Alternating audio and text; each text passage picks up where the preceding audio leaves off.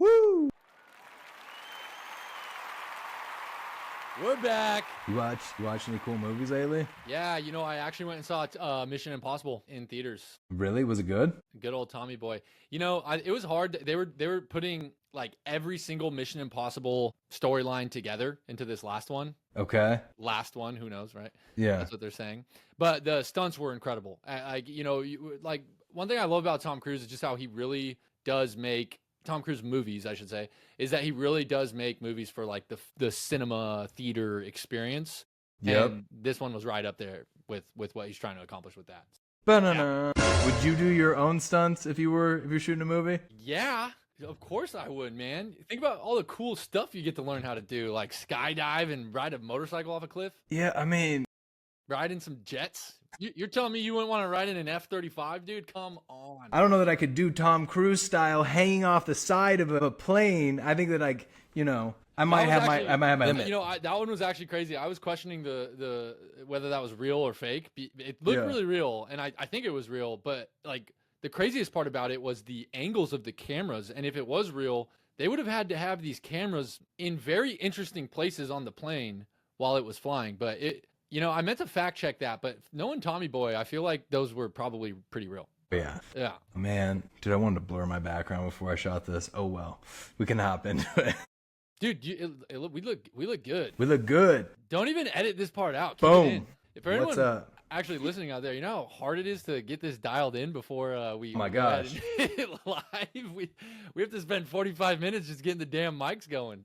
I want to give a huge shout out to every single person that's producing and shooting their own podcast. Because I don't think people know when people are like, oh yeah, I set up a podcast. No, this is insane. The amount of work that you got to do in scripting and putting all your stuff together and making sure that your microphone sounds good so that people listen to you more than 14 seconds. So I think that this is huge. What a awesome, wholesome shout out there, Brandon. Oh, yeah. It really Boom. is. We feel everyone's pain. We're just kind of entering this realm, and it's a lot of work. So shout out to all the content creators out there.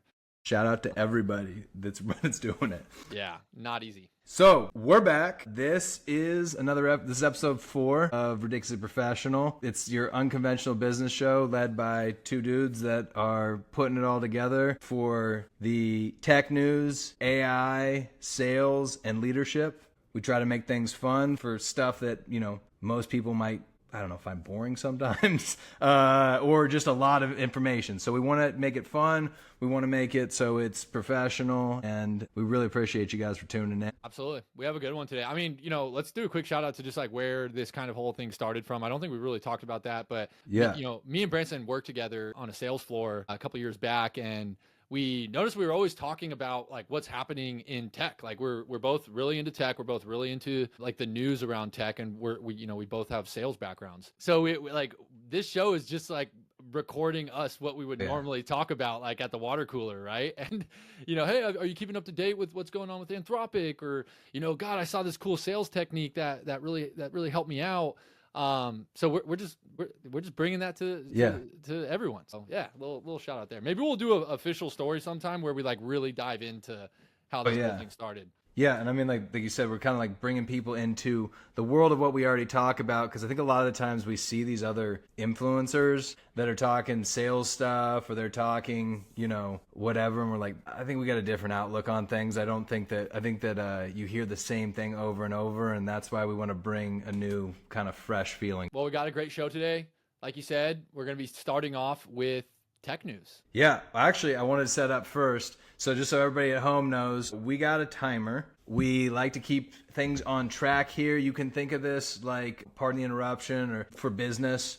We like to make it so that we stay on task. We set a timer for each thing, usually around 5 minutes. When you hear that buzzer, sometimes we go a little bit longer, but that's what we're going to do. So let me get the old timer set up. Because listen, if we don't set that timer up, me and Brandon are just going to talk talk and riff forever. And we know everyone's got work to do and a life to live, so we just want to make this quick, punchy, short, and to the point. I'm going to put 5 minutes on the clock. And so the first segment, as Zach said, is tech news, or just news altogether. News altogether. A lot of technology in there. First and foremost, I want to talk about a headline that's not really being talked about, or maybe not a major headline.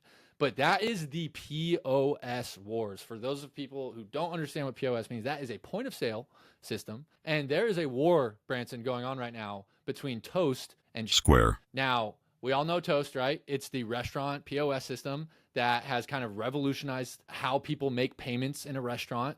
The handheld device gets put down and, taking away the pen and paper receipt kind of style of running restaurants and bars to completely digitizing it and using hardware to run it. So recently, Jack Dorsey said that he kind of failed by not hiring a sales force or a team of sales leaders to bring Square technology to restaurants and bars. And Toast really came in with technology that already exists with Square and just took over the whole game by hiring a team of salespeople to push this product. So I think that there's going to start to be a transition from Square where they're like, all right, we're going to join the sales side of this and get people to push this product and start fighting over these restaurants. So Branson, I live close to Little Italy, San Diego. I can already see this turning into like a mafioso style war, People out in the streets, toast, you're toast. That's going to be, if they haven't put that as a slogan yet, we can throw it out here now. They could get shirts going, you're toast. They'll be out there. Someone's getting burnt.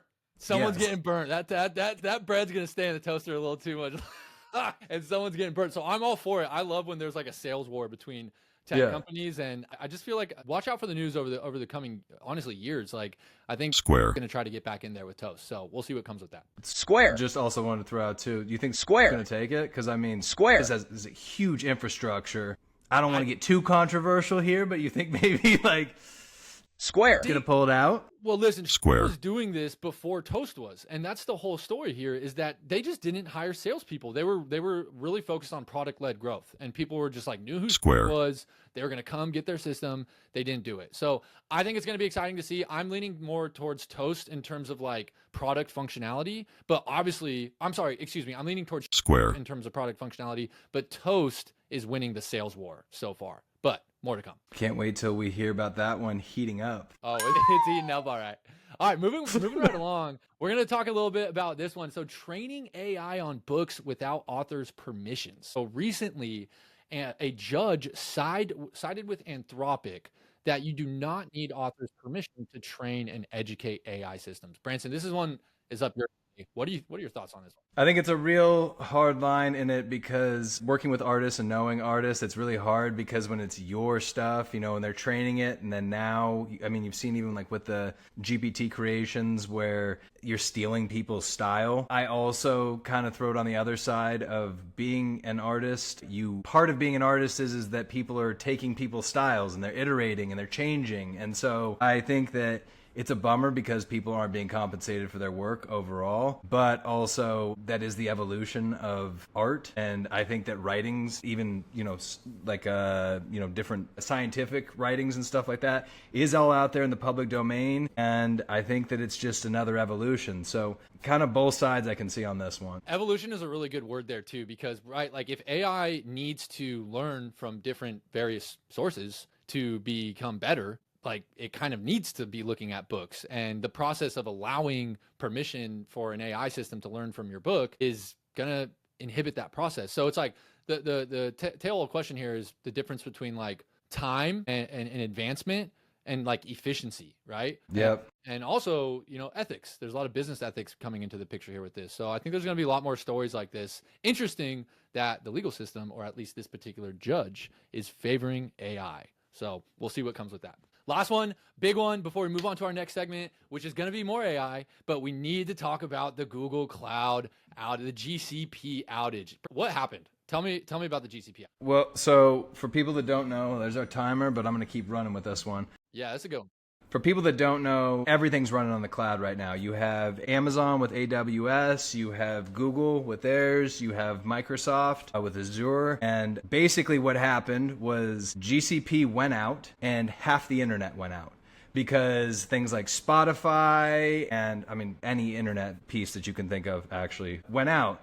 And we don't know why it went out. I think they have, different theories. A lot of people think that, this was a cyber terror attack. And I, got an email a couple of days later that said that they're updating their, security policy. So nothing official on that, but it's a possibility that that's what it is. So I've been waiting to do this all week. Speculators roundup. But I think what it does is it shows us what I keep talking about pretty heavy is that we need to have backups in place. And I think this is the first taste that people are seeing of going all in on technology like AI, because a lot of the AI systems are on the GCP side of things. They all went out for the day or half the day. And if companies don't have things in place, like when you have all these companies that are thinking they're just going to fire everybody and not have any humans, well, if all of a sudden, let's just say cyber attacks increase, or, you know, just normal, the internet goes out or whatever, people don't have anything put back in place. And that's going to be a big problem because you can't call up the humans that are gone now. And you could see massive disruption in your company. And this was something that showed us in real time, you know, what was going on with this. 100%. And I don't know if you guys remember those things called segues from the past. Remember those like little things that balance that you could go forward and back from? Oh my gosh, I worked at a place that rented those out for a long time and I loved those things. But this is a perfect segue into, let's put 5 minutes on the timer and talk a little bit about AI. So Branson, this is a topic we really love to talk about. I think there's so much to learn. You've been doing a really good job of this and you've put together a cool segment for today. You're going to take the reins on this. Talk to us a little bit about AI. Yeah. So, I mean, I think that there's great application for AI that's not just hype. I think that what we're seeing is a lot of people that are selling the dream, and there's not a real complete picture to what AI really is. And it isn't. A lot of the times it is just straight automation, and we can call it whatever we want, but I think automation itself actually is helping people out. I want to, have some questions. This is not even like an exhaustive list, but I wanted to set up some questions that people can ask themselves about AI. They can ask companies that they're working with. If you're working in an AI company, you can be thinking about these questions.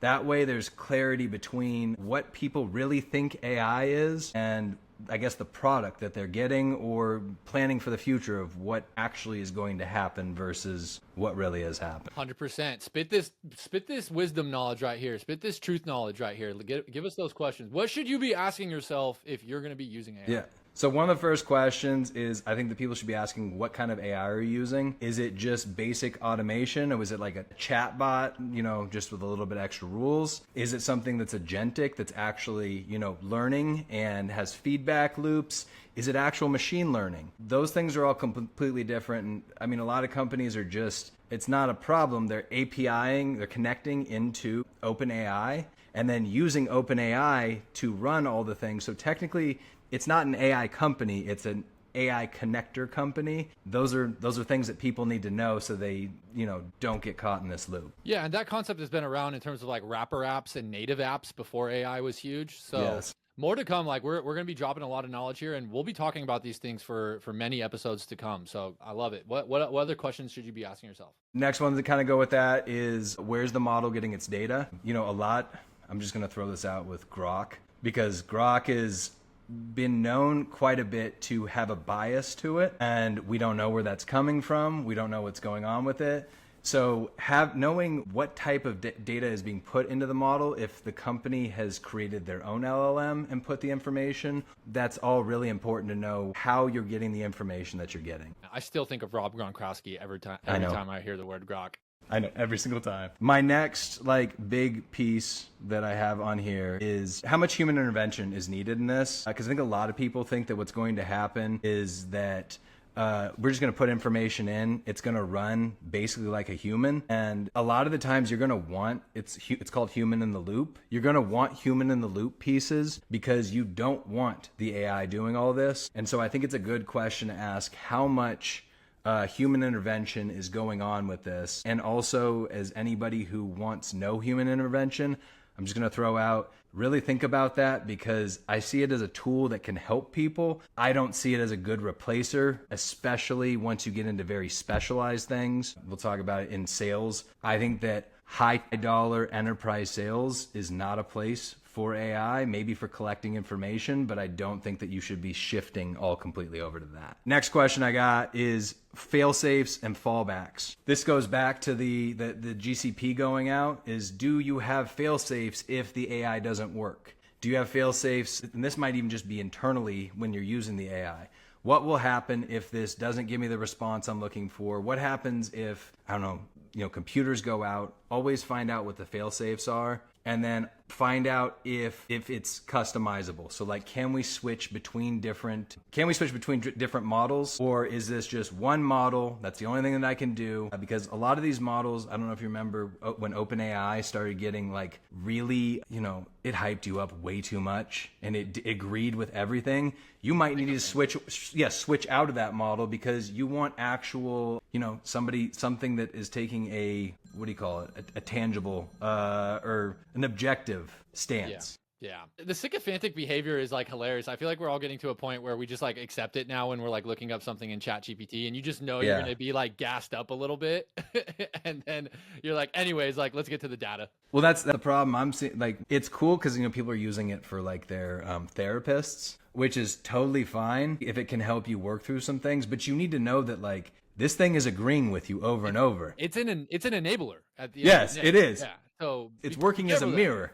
Yeah. So yeah, if you're like, oh, ChatGPT completely agrees with me, of course it does. That's what it was set up to do. You need to know Branson, that. ChatGPT told me that I'm the greatest salesperson in the world, and I think it's pretty accurate on that one. Yeah. Well, so what's funny is my ChatGPT told me that.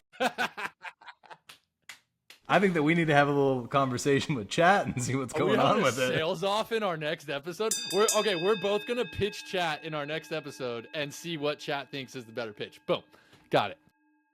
Speaking of that dropped us straight into our sales pieces. Dude, we're writing some segues today. Are you segues into these? It's as if we like tried to plan out some smooth transitions into our segments. Wow. I'm hoping that it's not gonna be the same as the dude that like owned that died falling off a cliff on a Segway. Yeah, see, a Segway can be dangerous, but a Segway can also be a very powerful tool too. This is the type of Segway that moves us over. Just like AI, it's how you use the Segway that determines how. You see what I did there? You like that? How you use the Segway. So folks, don't drink and drive in AI, okay? Just like you don't want to drink and drive a car, don't drink and drive in AI because it could get weird. That is 100% true. So let's throw into sales. We talk about AI and sales and how sales process. A lot of people are automating sales processes. Actually, are using AI. They don't have good sales process put in place. They automate poor sales processes. And the first thing that they do is they blame the AI. And realistically, I think that's a correlation causation issue. What do you think? What do you think about correlation and causation, Zach, in sales? Don't get me started. We need, like in Family Guy where there was like, what really grinds my gears segment? Like, I'm going to just turn this into the, what really grinds my gears segment? Correlation and causation in sales, man. No, but tell us more. No, but honestly, like, listen, okay, so let's get serious for a second. Correlation does not mean causation. One of my favorite classes in college, when I finally graduated college and finally got to this class, it was a stats class, actually. And my stats class was presented a really, like, you could tell people are not very excited about stats. And so the professor in the stats class, like, tries to give out some cool stats that gets people interested in stats. Like, they're selling their class, right? We love it. But one of the interesting stats, and the purpose of it is to teach the difference between correlation and causation, is that murder rates increase at the same rate as ice cream sales do. So when murder rates go up, ice cream sales rates go up. When ice cream sale rates go up, murder rates tend to go up. Now, what the actual cause of that, it's not that increased ice cream sales makes people go crazy and like the sprinkles just like overtake their brain like Last of Us and then they go on a murder spree. Like that, no, it could be, let's be honest. Like, I don't know what they're putting in the sprinkles at, Frosty's down the street, but I don't think it's that far. But the thing is, and bringing this back to sales, is that I see a lot of people out there who are like, hey, salespeople, like you should say this instead of this and increase your close rates. And Branson, that drives me crazy because I don't think it focuses on the core concept that should be focused on. And that's just about like having really essentially asking the right questions, bringing a value add approach to sales, right? And problem solving. Like that is at the core of what sales is. Value adds, asking the right questions, and problem solving. And then you could argue the part of problem solving is when you find problems, you position your product or your service as a solution to said problems. So yeah, sure, you could use this verb and it would be slightly different than this verb, or you could use this adjective and it can be slightly different than this adjective. But there's an entire market out there for sales coaches, just like there is for swing coaches in golf, who are teaching correlation as things you should do to get certain outcomes. And I kind of am going to call the scam alert on that. Like, I don't think that's a really way to approach getting better at sales. Like saying specific words, it should be more so thinking about specific. How you say that is kind of what's fun and great about the difference between the way me and you sell. Like, you may say things a little differently, I may say things a little differently and use different concepts, but like at the core of it, we're doing the same thing. Asking the right questions, finding problems, and presenting our service or product as a solution to that problem. Problem solving and natural communication. So it drives me nuts, Branson. The correlation and causation thing is just one of my biggest pet peeves that I'm seeing around right now. What do you think? I was going to say, do you think, I mean, so back to your golf swing thing, I think that a lot of these, when you're learning how to do anything, people teach the fundamentals. And I think that what a lot of these people are doing is teaching the fundamentals to people who've already been doing things for a while. And it's kind of like when you said the golf swing where it's like, oh, you didn't wear the right shoes for this or whatever. When at this point in time, you probably should kind of know your own swing and you should know all these pieces. And I think a lot, this is not what's told to, I guess, new salespeople or people coming in, is these are things to teach you in the beginning, but at a certain point in time, you're going to have to learn your own swing. You're going to have to pull your own stuff. And I think people start taking them as gospel. We talked about this. There'll be a influencer that's like, this one thing changed my conversion rate. And it's saying the word "the" on their third email. Exactly. And they'll go do it. And it will work twice, right? And then they're like, this guy's a genius. Well, that's not why it worked. It worked because you were starting to put your processes together or something else. And then we all start listening to this person because he said the worked twice. And now he throws out some other crazy thing that he tried out or they tried out. And I think that's kind of, if I'm right, that's what, or if I'm taking it right, that's what you're saying is basically like, we're attributing all these other little things that may or may not be the correct thing for like sales, but the fundamentals is really all there is. And then after that, it's figuring out your own style. Exactly. And I hear the timer going off, and we'll go just a couple of seconds longer on this one because I actually want to give a shout out to my cousin. He is finishing up college, and I was talking to him recently, and he was kind of interested in seeing what I was doing and getting into sales. And it made me think about too, Branson, like what we've talked about, like part of this sales segment is like, there's an aspect of us learning out loud, but there's also an aspect of us who have like, we've gone through this a lot and we've learned a lot of things and we're trying to help and not just be like any other like crazy LinkedIn influencer or like something like that. Like, yeah, we're trying to keep a real approach to what we're telling everyone. And so I want to give a shout out to my cousin on this because anyone who's like thinking about getting into sales and might be looking at this, just don't fall for those like weird traps. You know, like the fundamentals, to your point, is the fundamentals. Like learn how to hold the club properly, learn how to have the proper stance, learn how to have the proper posture, and then work with whatever your natural swing path is. But don't start forcing yourself in certain positions, like in a golf swing. Don't start forcing yourself to say certain things that don't feel natural just because you think it's going to increase your win rate. Just be yourself. And focus on the core fundamentals, which is in sales, asking the right questions, finding problems, and presenting solutions. That's all what we do on a day-to-day basis, on a client-to-client basis. That's all it is. And have fun with your different way of putting color into how you want that to look. Shout out to my cousin, Ben. Love you, man. What's up, Ben? We like to give our shout-outs when we can. Oh, we sure do. We sure do. We need to hop on the segue train real quick because we've been talking about some things that maybe like some leaders out there have made this same mistake. And we always love talking about leadership and what we can do differently in leadership. So that is us segueing right into our last segment for today's show, leadership. Branson. Yeah. What's on your mind with leadership? Where are people falling short? Where are people succeeding? What do we need to change? I think the big thing that we need to talk about, which is something that we're learning on this show and we're learning in everything that we do, is the process of building, iterating, not trying to get things perfect every single time, and then learning from the things we do. And I think that that's, something that is not pressed upon people enough. And we talked about it in the last one, the process, but I think we're noticing it just even in our own process of things of, you just got to try stuff and go do it. And the more that you try stuff, the easier it is for you to try more stuff, realistically. Actually, I'm in a leadership course right now, and there was a question about decision making. And I was like, I don't even know if my decisions are great decisions. I just make tons of them.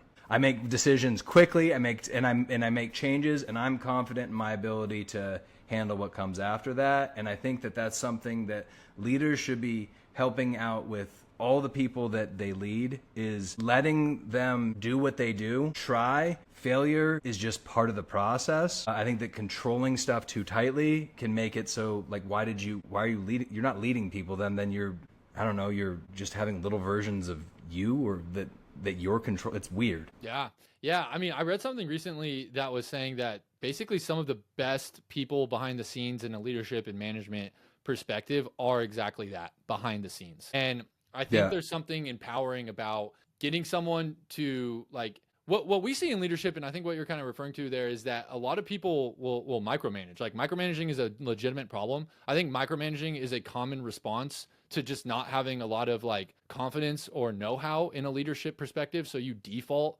to, my God, side note, that just made me think of don't default, which was like a huge part of, for everyone out there, since we did a little history on where this show started from. Like, there was a phrase that me and Branson would tell each other that was like, don't default. Don't default to the original behaviors. Don't default to, like, the mistakes that everyone makes. And that's actually was a big part of where the show came from. So, Branson, I just remembered that while we were going.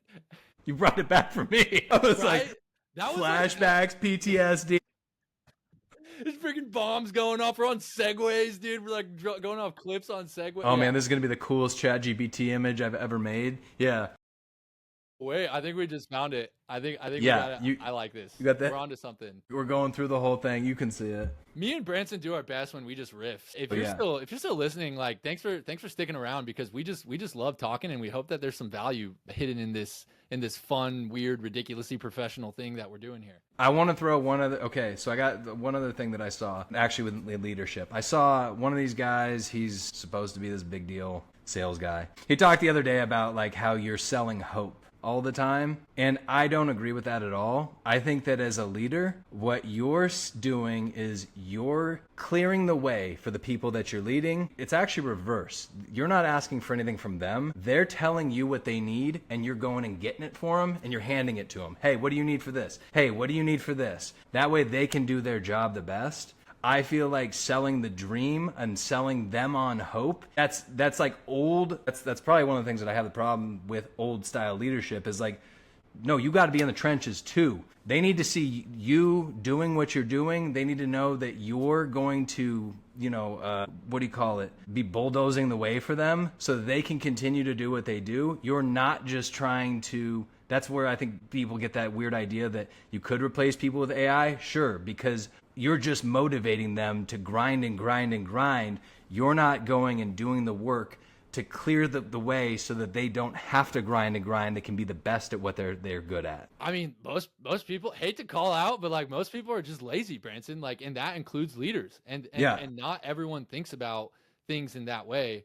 I also have to do a shameless plug out to WaveRes, which is the company that I work for, and I'm the director of sales for. We work in marine tourism, and I am blessed to work with a CEO who is at the front lines, Greg Fisher, who leads the way and bulldozes the way so I can come and clean things up. And I've been at certain experiences in my life where you've worked for people that don't do that necessarily. So I think, Branson, we can agree that it's empowering to work for people who are like that, and we both know what that feels like. And it's obviously disempowering to work with people who aren't like that. So challenge out to the leaders is, like, bulldoze the way. Like, founder-led sales is a huge concept in terms of what we're looking at in terms of things in a sales lens. But in an engineering department, in a marketing department, it really applies to any different business function. Be the bulldozer as the leader. Yeah. Like, do anything you can to help set your reps up for success. Don't command.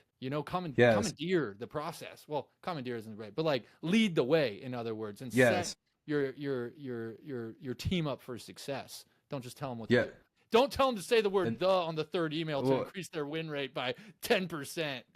And don't sell them hope, because hope only lasts so long. Like, I was actually going to comment to this person, I hope that you do a lot more than this. I mean, I'm just saying, Yeah, like just selling hope to me is ChatGPT can sell me hope all day. Like that's actually what it's good at. I can literally have it hype me up every morning and tell me how amazing I am. That's not what I need from a leader. I need a leader with a vision that's going in a direction that is, and I'll even switch this up. If I'm the leader, I want to be doing these things. But if somebody else is leading in a situation, this is what I'm looking for, is somebody that's got a vision that's going to make things go correctly and is setting me and the rest of the team up for success. And it will work vice versa because everybody, I think, I'm just going to rambling now, but I think that the problem is that a lot of the times we see leadership as like this top of the pyramid situation. It's that lead singer's disease situation. No, you just got to roll. Your role is leader. The other people, their role is to fill in the gaps here.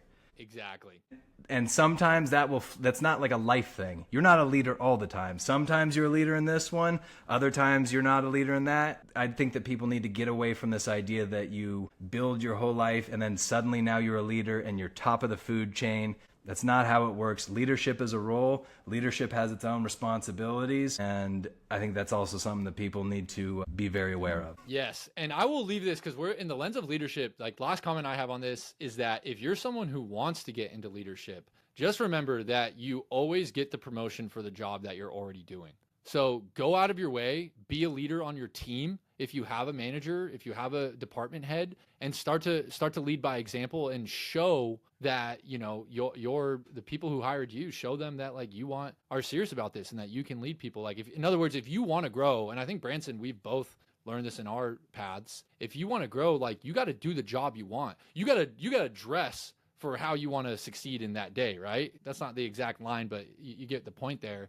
It's like, if you want to get into leadership, if you want to improve your life, get a better job, get a better position, like, go get it. Back to your like just do it point. Like, you got to do it first and then get it. You can't just sit there and wait for the promotion to come or the pay increase to come. Like, go get it. Yeah. I'm gonna give a plug to Pavilion right now too with that, because this is where I'm getting. Pavilion's been fantastic. For anybody that doesn't know, Pavilion's a community of, there's a lot of leaders that are in the community. Kind of focuses more on the GTM side, but they have all sorts of classes. They have groups that you can join. So if you are looking to get into leadership, or you are a leader and you want to be better at what you're doing, I would highly suggest looking into that. I just took revenue architecture through them. They have CRO school. They have all sorts of things, even sales fundamentals through Medic, MedPick, all these, classic pieces. I think that back to if you're dressing up, showing up for it. If you want to be a leader, then go take leadership courses. And once you're a leader, there's no stopping. I think that's the other thing is I think people think that when they get to a certain point, they don't have to learn anymore. No, you got to be That's part of being a leader, is you're learning all the time. And that's what's great for it. So shout out Pavilion. Shout out Pavilion. We love our shout outs. We're pretty good at shout outs. I'll say we have something going on there. Speaking of shout outs, we didn't throw out, one other piece. What mug do you have today? Yo, so if you watched our last episode, you know that you got a shout out if you were a cat dad, because I got my boy Maverick with me in my life. That is my fuzzy partner. This week, I am shouting out my SDSU alumni. That is right. If you went to San Diego State University, shout out Aztecs, SU, SDSU, Aztecs fight, Aztecs win. Actually, it's been a while. I don't remember his fight or win. Regardless, shout out to my SDSU folks. Check this out, guys. If you want your mug shouted out, send one over. I'm just trying to get some free mugs out of this, to be honest, but I will shout it out. For sure, because all I have is my RB to B mug that we talked about last week. I need a new mug, honestly. So, this is a great mug, but I need a new one. Vanta, we're looking at you, Vanta. Oh, yeah. We need a mug. If you guys got a mug, actually, I want a cool mug though too. I don't just want like branded your company name. No, this is sick. Yeah. I need something that fits the show. So if you got a cool mug, what do you call it? Send us a message in the chat. Send us a message in the comments. You can email us. Reach out to us on LinkedIn. We love mugs. We love mugs. Sweet. So, that does it for our 4th episode of Ridiculously Professional. We ran through tech news. We ran through some sales, AI, leadership. Thanks for watching. We really love getting feedback in any way so that we know how to, kind of shape the next shows. So please drop a comment. Tell us your favorite stuff. Help us out on LinkedIn too. And don't forget to subscribe to our YouTube channel. Like this. We see you viewers out there. We appreciate you, and we will see you next time. Thanks, everyone. See ya.